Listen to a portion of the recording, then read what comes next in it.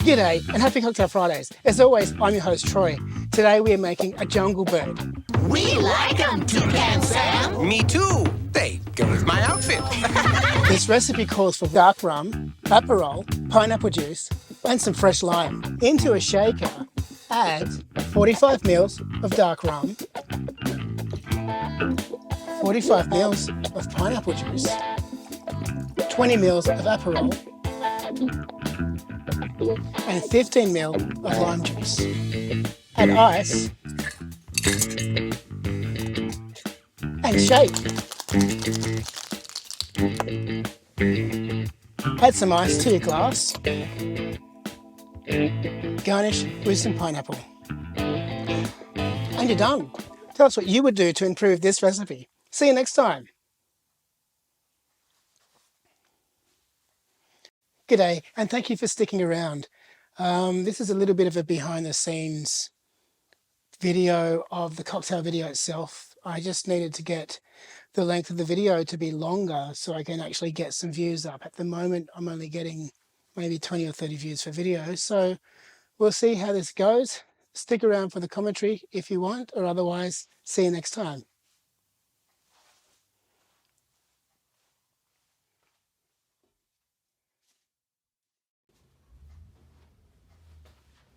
G'day and happy Cocktail Fridays. As always, I'm your host Troy. Today we are making a jungle bird. This recipe calls for rum. Okay, thank you for staying. I'm just going to talk through this video without editing anything that I say. Dark rum. It should be a fun experience for both of everyone out there. So this is what I normally do: is I shoot with one camera, and then I hold Aperol, the products up towards the video screen for the close-ups. I found this works really good, especially like the cover for the TikTok format or reels or stories or whatever else is out there for vertical. But it also, enables people to read the actual bottles rather than having the wide shot. I think I've actually forgotten something, so I've gone back into the kitchen to grab probably a knife.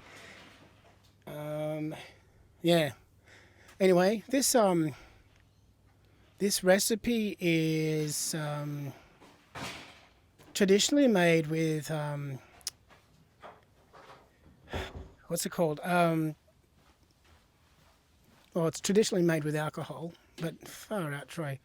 Sorry, I can't remember. Oh yeah. Traditionally, you use Campari, but I didn't use Campari for this recipe because I didn't have Campari. I've got the other stuff, but Campari's got a stronger alcohol content, so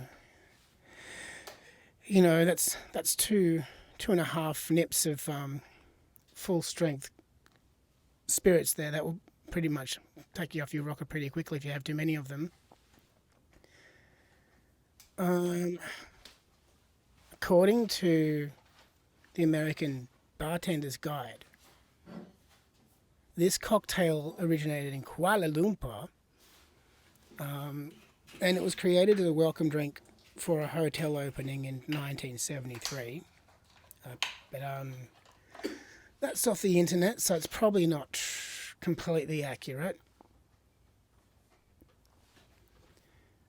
And that hotel was called the Aviary, apparently, so the jungle bird name was appropriate, particularly as guests could see birds kept in a netted area near the swimming pool of dark rum and through a glass panel in the bar, right?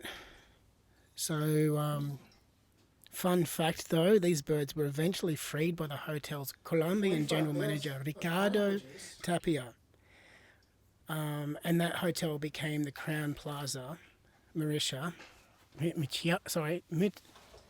Crown Plaza Mutiara, before being demolished in 2013 to make way for the development of 5 Subway shops in a row.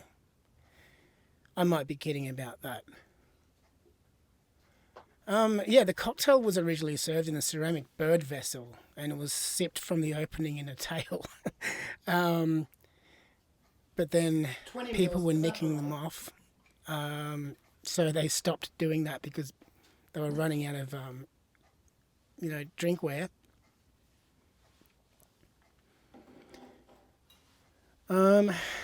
So the person who invented this, according to the internet, Jeffrey Ong, passed away at the ripe old age of 71 in 2019.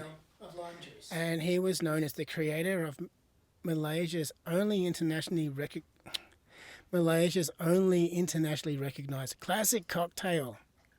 This drink has approximately 206 calories, which is the equivalent to maybe a half an hour walk. So maybe if you have a half an hour walk, come back, have a cocktail, go do another half an hour walk, have another cocktail, and repeat that process all day long, you'll be having a fun day because you're getting your exercise in and you'll be remaining hydrated. Now, a lot of people ask me why the bottles have the label maker labels on them, and that's basically because I make my own spirits to cut down on my costs. I've been meaning to put a video together to show you the actual process from start to finish, but at the moment I'm still kind of how do I say this? It's just going to take a long time to edit, which is a pain in the bum, really. But we'll get there. Basically, my alcohol starts as dextrose with yeast and water, and I brew that up the same way that you'd brew cider, and then I run it through a still.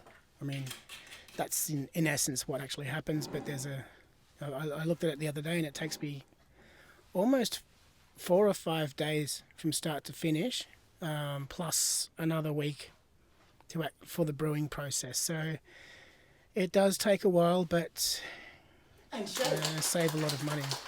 There we go. I'm shaking it like a Polaroid picture. I started making these cocktail videos in early October 2013, and I'm hoping that one day people will start sending me in their products that I can showcase on the channel and charge them a little bit of money for that service to actually promote the cocktail, and may or may not, I might design a cocktail for them, or they can decide on which cocktail they want to be made to showcase their product. That would be really good. I can't do that at the moment because I'm only getting between 5 and 20 views on YouTube, and it looks like we're heading into the dark ages of YouTube, because now people like me have to compete with AI generated content, and most of the time that's just someone who's told ChatGPT to create a script, and then they've run that through an artificial voice program, and then they've added stock footage images without even purchasing, not even using the subscription service. So they have the lovely, iPhoto, stock photo, watermark on them, which to me is super lazy. And then you've got YouTube every now and then trying to circumvent the ad blocking software that most people like to use. And my problem with that is, why should we be watching advertising? Why should we be paying? Or why should AI content be getting paid for when people are making zero effort to create an appealing story or something that's visually interesting?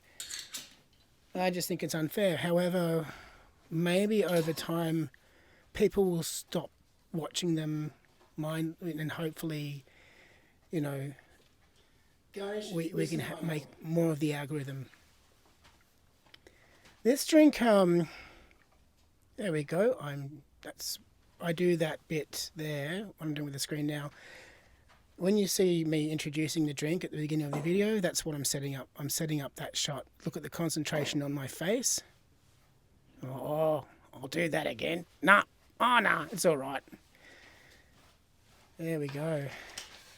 And it looks like we are it looks like we're ready to taste this great cocktail. Not all the time, but sometimes some of the cocktails turn out to be terrible, terrible drinks. And they end up going straight down the drain. This one, though, this cocktail I enjoyed. And I drank that after I finished shooting.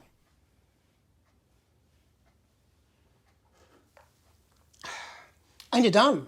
Tell us what you would do to improve this recipe. See you next time.